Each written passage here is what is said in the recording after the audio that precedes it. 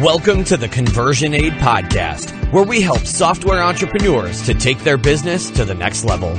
Each week, we interview proven industry experts who share their strategies and insights to help you create software that sells. Here's your host, Omer Khan.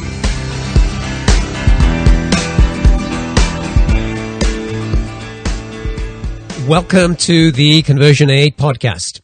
This week, I interview a founder who was struggling with his startup.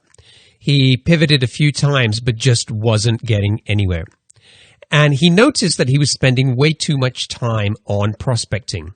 In other words, finding prospects, getting their email address, reaching out to them, and so on. So he and his co-founder built a tool to help them do that work more efficiently. And then they went back to working on their failing startup. But eventually they realized that this tool that they had built for themselves was a much better business opportunity than the startup that they were working on. So they shut down that business and launched SellHack. And suddenly they started to get traction, in large part thanks to some lucky media coverage on places like TechCrunch. And within 2 years, they hit their first $1 million of revenue. So I hope you like this interview. Before we get started, if you haven't joined the Conversion Aid community, now is a great time to do that. You'll get notified of new episodes right in your inbox. And it's a great way to learn from successful SaaS founders and entrepreneurs. Just go to conversionaid.com/VIP and enter your email address to join. Okay, let's get on with the interview. All right, today's guest is the co-founder of SellHack, an online platform for salespeople that helps them find targeted prospects, build email lists, and verify email addresses. My guest started his career on Wall Street as a broker, making 500 calls a day prospecting for new clients.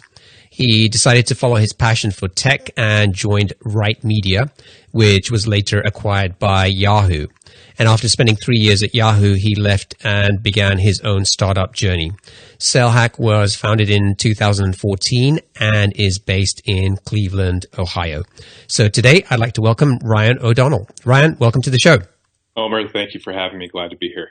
Okay, so let's start by what gets you out of bed. What drives or motivates you? My kids. I mean, physically and I guess from a motivational standpoint, they're either climbing into bed and waking me up, and then they're the reason I do everything. So usually I like to ask my guests for a quote or something that kind of encapsulates how they think about what they do or what drives them. What is that for you? Yeah, so when I saw this come through in the interview prep, I was thinking about this and didn't want to turn it into sounding something like I Googled that, I picked a quote from the top 50 inspirational quotes out there. So I thought, I actually thought long and hard about this and came up with something that I found in a deck I presented last night to a group of entrepreneurs. And it's embrace the fear, act like a hero, not a coward. I like it. Did you just come up with that yourself? Maybe put an asterisk next to the attribution, because it very well could have come out of, listening to a podcast like this and hearing someone really interesting talk about that. But I think, as an entrepreneur, as someone who's, just going through life, there's, a ton of fear that comes into play. And, you'll look at, some of the secrets of the super elite, military. When they face challenging situations, the first thing they do is they calm down, right? They slow their heart rate down. It's one of the things I try to teach my kids, right? When something crazy happens, don't overreact. Don't react right away. Settle down, embrace the fear, right? And then you have the choice of how you're going to act, right? And it's act like a hero, not a coward, right? And making the smartest choice possible. I like that. It's funny because this morning I, for some reason, wrote down, and again, this wasn't, my idea or my wisdom, but I heard it somewhere, but I wrote down the words, live life fearlessly. And I don't know why, but it just sounded good. And it kind of resonated with me. And it also kind of made me realize that, living life fearlessly doesn't, it's easy to say, but it's not necessarily easy to implement in your own life. What does it mean living fearlessly? Does it mean you go out and do, crazy stuff every day? Maybe. But then I was looking at your LinkedIn profile, I think, and I think on there you mentioned do one thing every day that gets you out of your comfort zone. And I thought, how appropriate. Just it doesn't have to be huge, but even if you just start to think that way, doing one thing out of your comfort zone every day adds up to hundreds of things outside of your comfort zone every year. So anyway, let's talk about SellHack. How did you come up with the idea for that business? We built this group gifting application direct to consumer, failed to get traction on that. So it was, time to pivot. So we said, okay, if B2C is not working, maybe B2B's would work. If we can't get the distribution direct to consumer, maybe we'll go to online retailers who already have distribution, places where wedding registries or baby registries are already getting created. And we'll go to a retailer and say, hey, look, when your clients are checking out online, why not offer them the ability to split the purchase of a gift, increase order value, and all that good stuff? So we were selling we ultimately went B2B with, so we went from group gifting B2C to B2B group gifting. And then we added video messaging as like a third pivot later, again, selling B2B to retailers. But in order to get to these retailers, right, I would have to go and find them. I'd have to find the decision maker. I'd have to find their contact information, and then I'd have to make first contact. Business development and prospect list building was a huge time suck. We built SellHack as a way to make that a heck of a lot more of an efficient process. And then, kind of that's what's led us to this point. So were you guys, when you started building that, were you thinking of building that as a product, or was it really a tool to help you do a better job with your own prospecting? It was not meant to be a company, right? It was build, it was Marco, please build me a tool that can, speed up this process of gathering this information and then verifying it. And then he built it, and I was like, all right, this is cool. So I shared it with a few other friends and said, hey, I know you guys are also running startups. You might dig this as much as I do. And then, that's when all the kind of viral sharing started to happen. Someone posted it to Product Hunt and to Reddit and all these other kind of distribution sources. And that's what helped, get the word out to folks that, who were sharing the same problem. Because anyone selling to other companies, especially B2B, and specifically for a startup who doesn't have the luxury of, going a traditional path of working with a list broker or anything like that, you've got to do a lot of these things on your own, and time's against you. And anytime you can trade your time for a reasonable amount of money, that's going to free you up to do other things. As a startup, you have to do that, right? You have to prioritize your time first. And we just saw, there's a lot of startups and, want to focus on how do I keep my burn down and how do I spend as little as possible. What they don't realize is that, while they might not be spending an additional $200 to $300 a month, they're wasting 6 hours, right? And that 6 hours is a heck of a lot more valuable than $200 to $300. When you were sharing this tool, this was just basically a free online tool that anybody could go and start using? Like when people started sharing it on Reddit and things like that? Yes. Okay. So at what point did you guys turn this into a business or decide to turn it into a business? We took two paths internally. First was Marco, who is, CTO, co-founder, technical lead. I said, look, you got to, get us set up for a subscription plan for this. And we figured out, what we would charge and had to get all the payment mechanisms in place and that. And I said, I'm going to focus on making sure that we're able to run this business first and foremost. And second, I've got to come up with all the, we got people on a list. We have to communicate with them. So the first thing we did, 2 weeks or 10 days later, we sent our second email out. The email prior to that basically just let folks know what was happening. That we were, working to get things right. And then, 10 days later, email went out to the whole list and it said, look, if you want access to this again, we're prioritizing access to folks who are serious about incorporating this as part of their business, and our plan started at $9 a month. So first access went to folks who pulled their credit card out and made their first payment, right?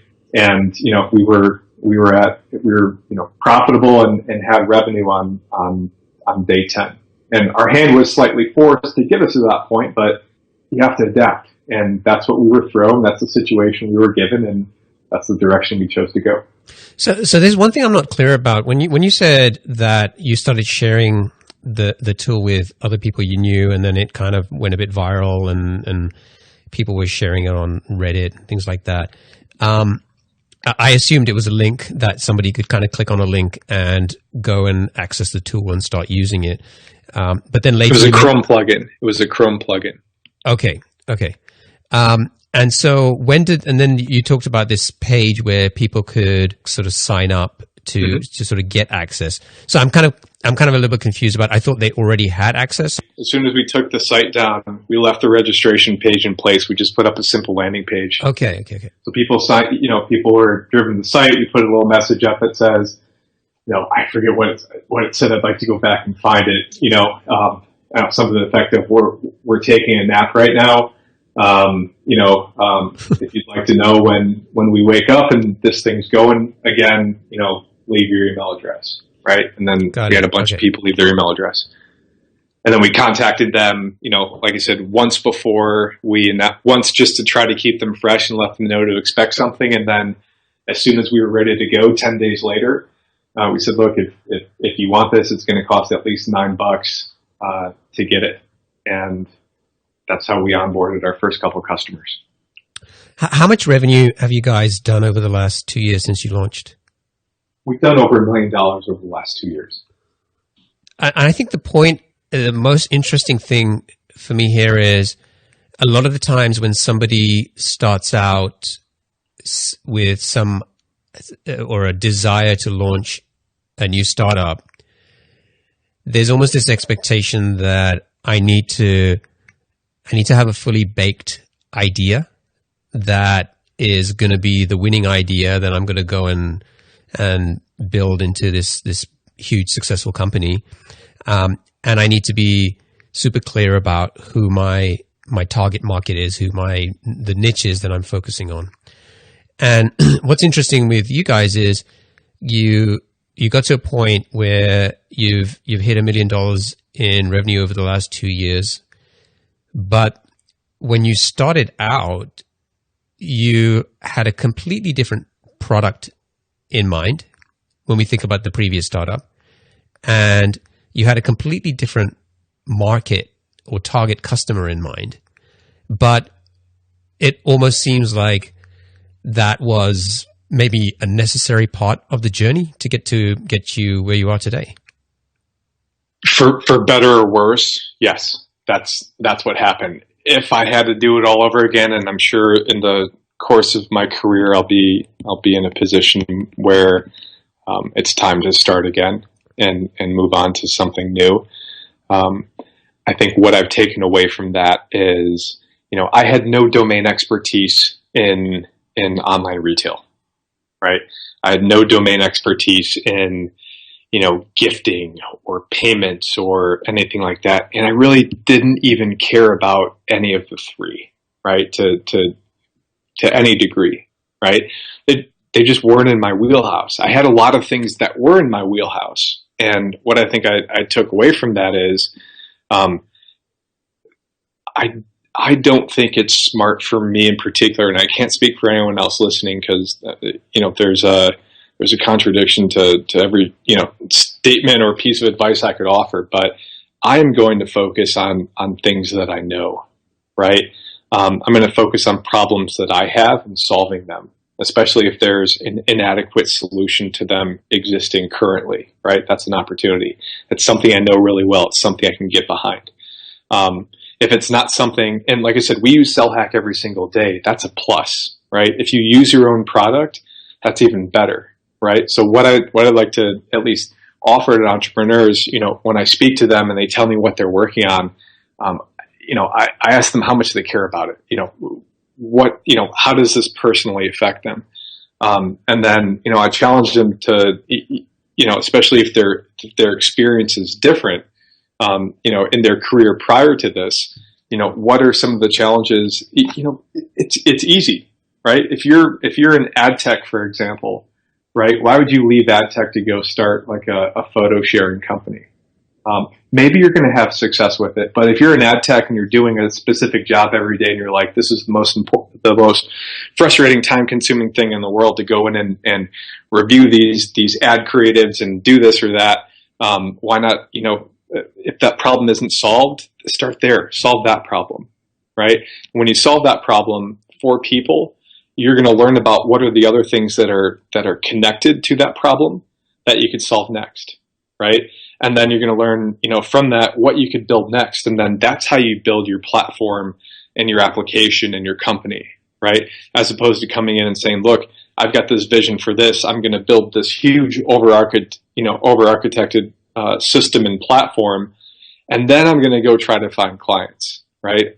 I like to get products in people's hands as quickly as possible that solve, the simplest but most annoying problem that they have, and then establishing those folks as my early champions and talking to them and engaging in dialogue to learn about what else, what do you do after you do this? We just solved this for you. What do you do next, right? What do you do after that? What did you do before this, right? What do you do in combination with this? And that's how you learn about what are the other related things you can build, that can ultimately let you charge more for a service and go after more potential customers. So far it sounds like, hey, it's a great story. It's easy. But in reality, things are never really that easy when you kind of look under the surface or under the hood. So I want to kind of explore that a little bit more and sort of learn about, okay, once you launched this product and you started charging for it, what lessons did you learn along the way? And specifically, I want to spend some time talking about some mistakes that you guys made that sort of you sort of look back and say, if we were sort of going back in time and doing the sort of those growth and marketing or sales activities again, I wouldn't do it the same way. I would do something differently. So let's kind of go back to you guys you put the page up and then you launched the product with a subscription plan. So tell me a little bit about what happened next. From getting this thing out in the world, it was the day after I want to say we did around $500 in revenue that day. And $500 from nothing is nice. It's 2 car payments, right? And when you have no other source of income, yeah, and all of a sudden your car just got paid for the month, and it's going to repeat next month because those are kind of month to month renewing. That's a nice thing. It's like, check that off the list. I don't have a car payment anymore, right? But $500 is $250 a month when you split it between 2 people doesn't, you're not living off of that. So we had to figure out, well, okay, how do we get this number up, right? So one of the first things that we did was we took a very manual approach, and we said, okay, let's go research these 50 people who just took their credit card out and decided that what we built was, valuable enough to spend their hard-earned money on, right? And we did it very manually, right? We found all these people. We went and, searched for them, online, and we made note of, characteristics about them, right? So where did they work, right? What was their job title? Where were they based? Where did they live? What was their company size? And we went and looked at, try to infer from their organization, do they have direct reports? Are they using this themselves? Are they buying it for their team? And, from there, we were able to build our first couple, customer personas, right? So we knew that we had a subset of folks who were, technical recruiters, right? They were online recruiters. We had a subset of folks who were, VPs of sales at, companies from, 5 to 50 employees. We had CEOs from, the internet industry located primarily in New York and San Francisco at companies with less than 10 employees, right? So based off of that, we were able to come up with our first few segments. And then from there, if you do a search, if you go online and you do a search for, CEOs, internet equals industry, location equals New York and San Francisco, company size, 2 to 10, for example, you're going to come up with hundreds to thousands of results, right? And there's no reason why we wouldn't go and focus on other people who were similar to the folks who had already spent money with us. And that's really where we started, right? So we started, sending emails out and making phone calls and, buying Facebook ads targeted to audiences who resembled folks who were our existing customers. And that's how we started our growth engine. A lot of people, I kind of feel like sometimes they kind of skip this step or try to initially cast the net a lot wider. Although this product is for everybody, right? Right. So what benefit did you get by creating these segments? Was it really just about targeting, or did it also change the way that you thought about, everything from the copy that you were writing on your landing page to the product features that you were thinking about? A CEO of a tech startup cares about different things compared to a VP of sales at a Fortune 500 company, right? They fundamentally care about different things. When you speak to them, you need to, and you're trying to gauge their interest or their intent to actually come on board and use your service. You have to offer them different things, right? The CEO wants to get to they're looking to pile on revenue, right? It's not saying the VP sales at your publicly traded 10,000 person company doesn't, but what they're interested in is how do they help their team, the folks who report to them, their sales organization of 50 to 500 people, how do they help them become more efficient? Right, which ultimately leads to more revenue. But fundamentally, these people care about different things. So, by segmenting our customer segments and getting fairly granular on there, we were able to create messages and talking points that when we spoke to either one, we were able to talk about things that actually mattered to them. And initially, we guessed at a few things. But one of the questions I always ask when I get onto a call with someone, in some way, shape, or form is, what piqued your curiosity enough to want to schedule a call with me today? Okay. And they'll answer that question. And then I'll typically follow that question up. And I'm making notes the whole time that they're talking, right? Because I want to use their words and I want to look for patterns, based on a segment that these folks are in. I'm looking for patterns that I can use in the future that's going to speak with the correct tone to my prospect, right?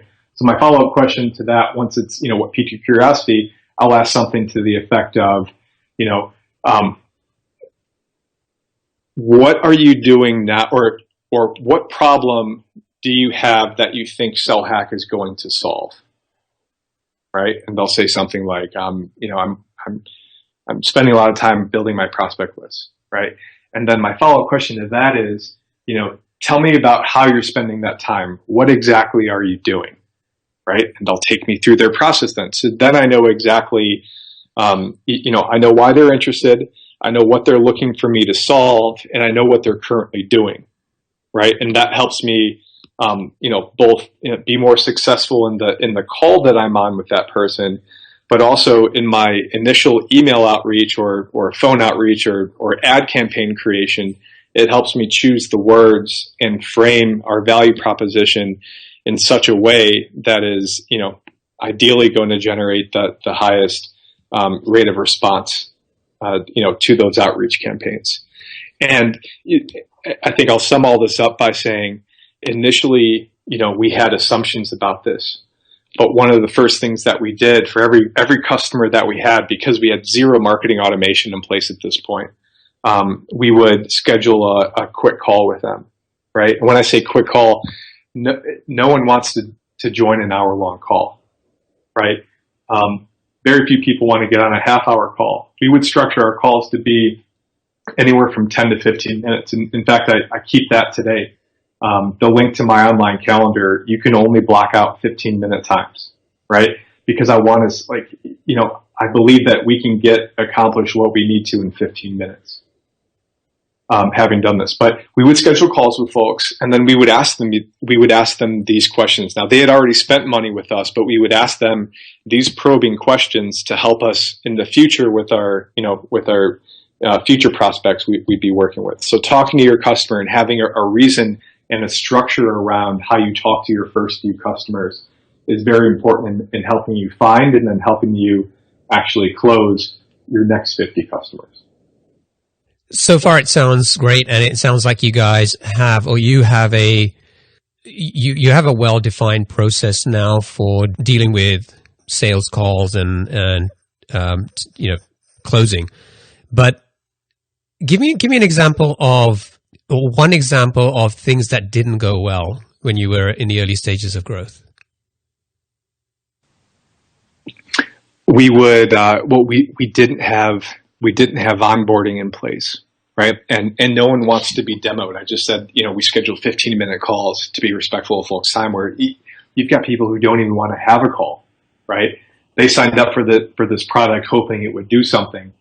We didn't have onboarding in place because, again, this was like day 15 and 16 at this point. So they'd get into the application and have no idea what to actually do with it, right?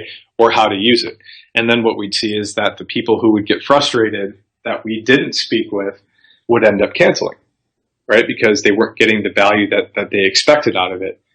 So one of the first moves that we made within the first month, within the first, probably 30 to 45 days of having this thing out in the wild is, we invested in a tool that would specifically help, with onboarding and some marketing automation, right?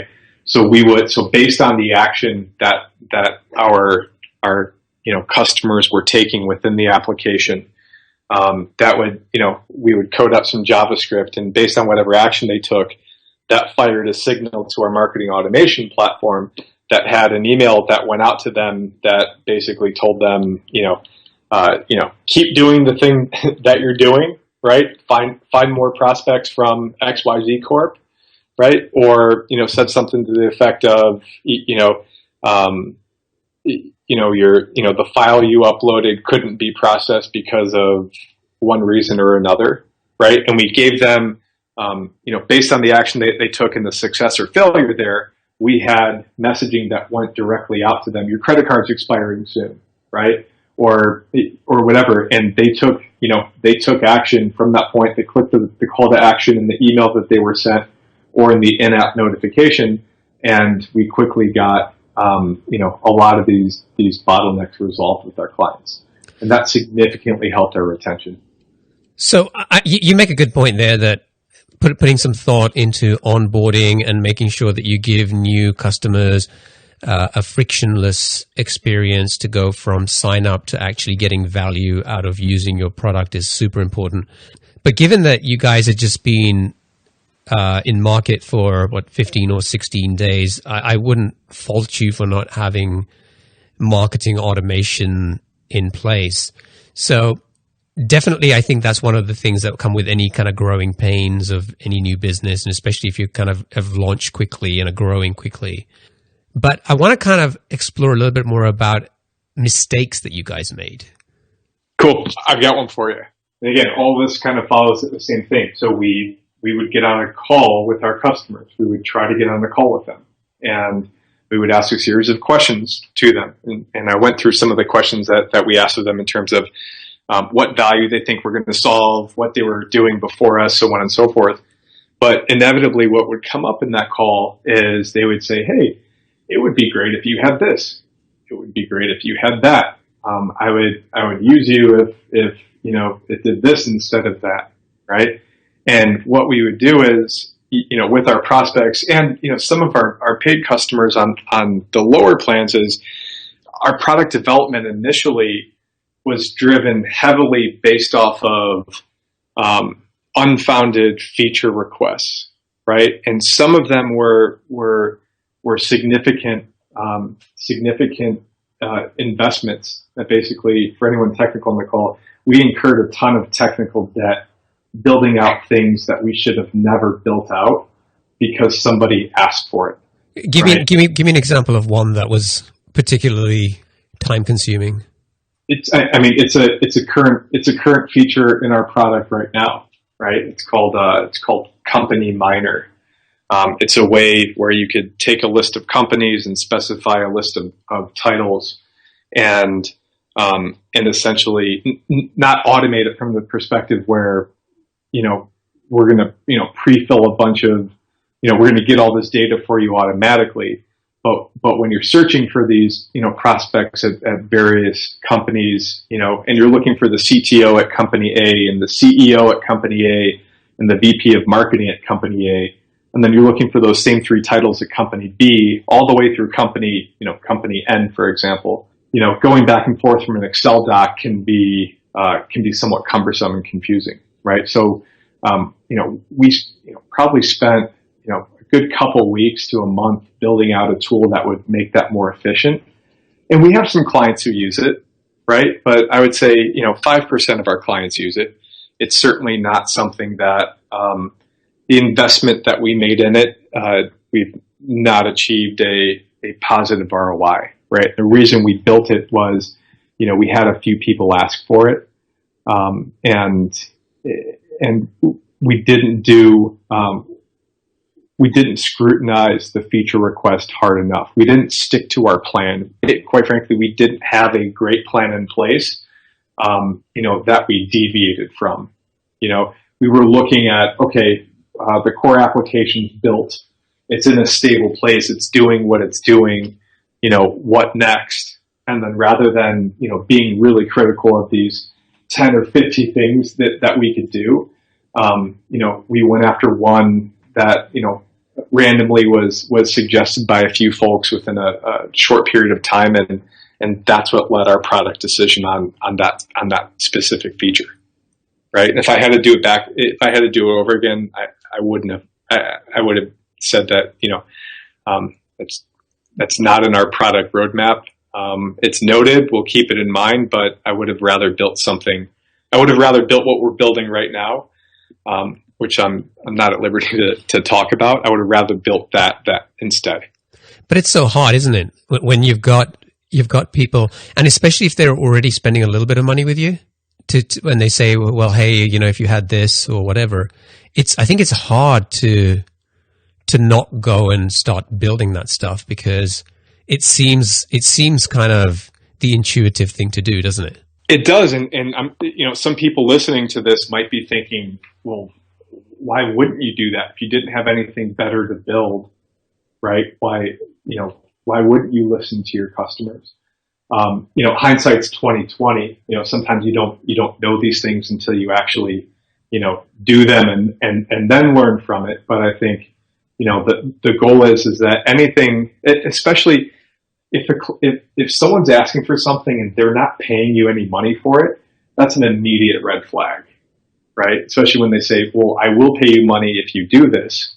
I like to get people to pay up front.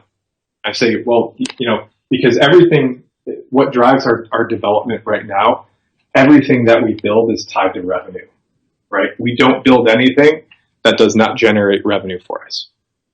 Okay. So I get a ton of feature requests coming in, things like that, but everything that we do has to have a bottom line to it.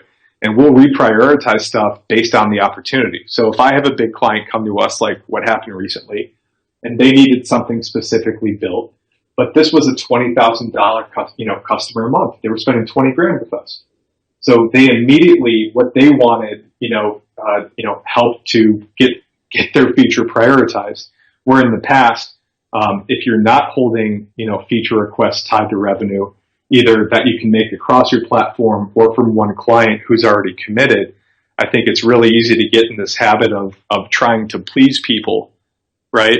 Just because they're the squeaky wheels who are emailing you, as opposed to doing, the things that are going to help your business go to the next level and making changes that are going to be sustainable, even either sustainable from a revenue standpoint, meaning they're going to keep you in business longer, or they're going to be something you can fall back on in 2 to 3 to 5 to 10 years because they're core components of your business. I want to talk a little bit about your pricing plans, because looking at the site today, you have standard plans which start at $9 a month and go to $249 a month. And then you have team plans which go from $99 a month to almost $1,200 a month. And I'm sure you may have some custom plans there as well for larger customers. Mm-hmm. Ideally, you want to be having some of these larger plans in place and attracting those types of customers. I'm curious how you went from launching with a $9 a month plan to where you are today. And the reason I ask is because a lot of the times people will launch a product and it's really difficult to figure out what the right price is that they should charge. And I think some people have an approach, hey, even if I can get $5 a month from somebody initially, that kind of helps me validate and start to get a little bit of early traction, and then I can kind of deal with those people and raise my prices as I sort of go along. Other people try to sort of get their prices a little bit, maybe spend some more effort on that early on. So when you launched, was the $9 a month plan the only plan you offered at the time? No. Our plans have been priced the same. We didn't have team plans in place then, but they were $9 through $249. Okay. Right. And you were getting people signing up across the board on those plans? Yeah, for the most part, they would start at the $9 plan, and with SellHack, you can upgrade or downgrade your plan throughout the course of the month, or from month to month, depending how your needs kind of ebb and flow with prospecting. Right, so we set it up to be flexible. Most of the folks started with a $9 plan. When they hit their limit, they would upgrade to the $29 plan. When they hit their limit again, they would upgrade to the $99 plan. And then, they'd be able to kind of right size their account based on what they needed. Okay. And each plan allocates a certain number of what you call email credits. Certain number of credits. So your cost per credit roughly is anywhere from 20 cents to 16.5 cents. Okay. Compared to, the market that we came into, and what helped us kind of shape our pricing. If I'm going to preempt what might be a follow-up question from you, we looked at what other companies were charging, right? And we looked at, not going to name any names, but there were some historical list brokers that would charge anywhere from 50 cents to $1 per contact, right? And we said that's way too high, and then we looked at, other kind of technology-related solutions and what they charged, and, for better or worse, we picked a price, and that price has worked for us. So we can compare it to existing players in the market. The second thing we compared it to was what's the opportunity cost for someone not to use us and to prospect and do the thing that we solve manually, right? So it takes on average, 2 minutes to get all that contact information that you need to.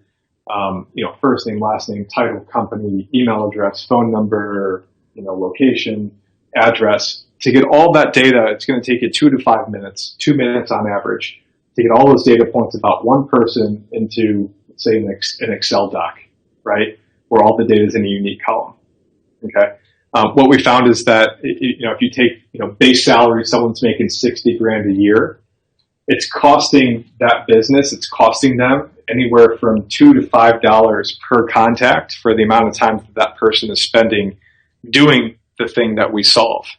So we figured, look, if we can, if we're charging 10 cents and we're effectively saving our clients, if we charge 20 cents and we're effectively saving them $1.80 per contact, there's a return on investment there.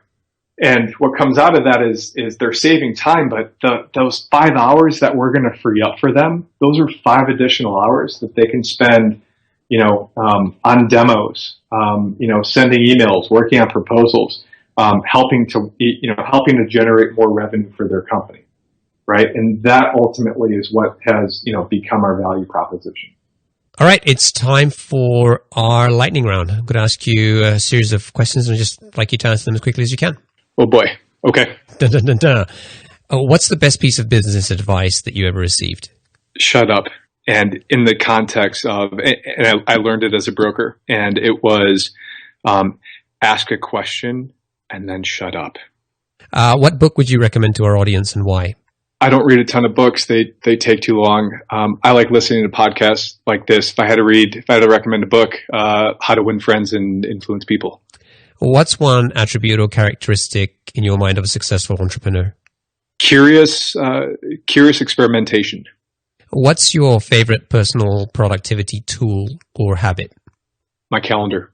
I put everything in my calendar, personal, professional, even when I want to golf or go to the range or work out, everything lives in my calendar. I have specific time carved out that I don't care what comes up. If it's in my calendar and it's that important, that's what I'm doing then. What's a new or crazy business idea you'd love to pursue if you had the extra time? I would like to build the crystal ball that would help me see, based on all the products that, based on the product that we're building right now, what I'm going to be working on 6, 12 months, 2 years from now, as we continue to grow. Because it's just, you always learn new things when you release new stuff to the world. I wish I could see what that's going to be. Yeah, I'll buy one of those. What's an interesting or fun fact about you that most people don't know? There was a trend going on, I think, Twitter or Facebook recently that was something along the lines of like, what are the first 7 jobs? I've had the coolest jobs in the world. I was a ski instructor, a camp counselor, and not because I was, come from a privileged background or anything. I figure if you're going to make money doing something, you might as well do something you enjoy. Yep. And finally, what is one of your most important passions outside of your work? My kids, my family. I work from home. Most often, my co-founder shares the same passion, but my kids. Cool.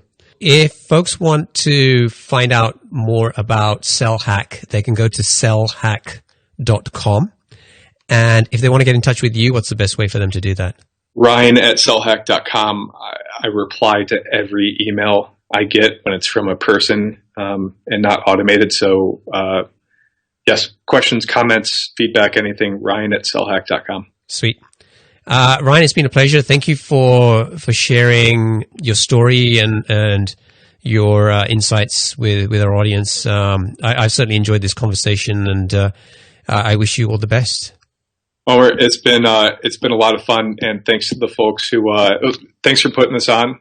These are there's been a ton of interesting people that you've interviewed as an entrepreneur. I dig hearing from in this sort of format these sort of these stories about topics that are important to me or might be at some point in the future, and then to the folks who are listening. Whether it's over your lunch break or a coffee or while you're cranking through some emails, thank you for your time. And like I said, don't hesitate to email if you've got any questions or comments. Cheers. Cheers. Thanks, Omar. Thanks for listening. You can get to the show notes for this episode by going to conversionaid.com/128. If you enjoyed this episode, please take a minute to leave a review on iTunes. Your reviews really do count. They inspire and motivate me to do better, and they help the show get discovered by more people. And if you leave a review, just email me at omer@conversionaid.com, and I'll be happy to give you a shout out on the show. Thanks for listening. Until next time, take care. Thanks for listening to Conversion Aid, the podcast that shows you how to take your business to the next level and create software that sells. But things don't have to end here. Head over to conversionaid.com/VIP and get yourself on the free VIP list where we share special insider content and news about upcoming episodes. Thanks again, and we'll talk to you next time.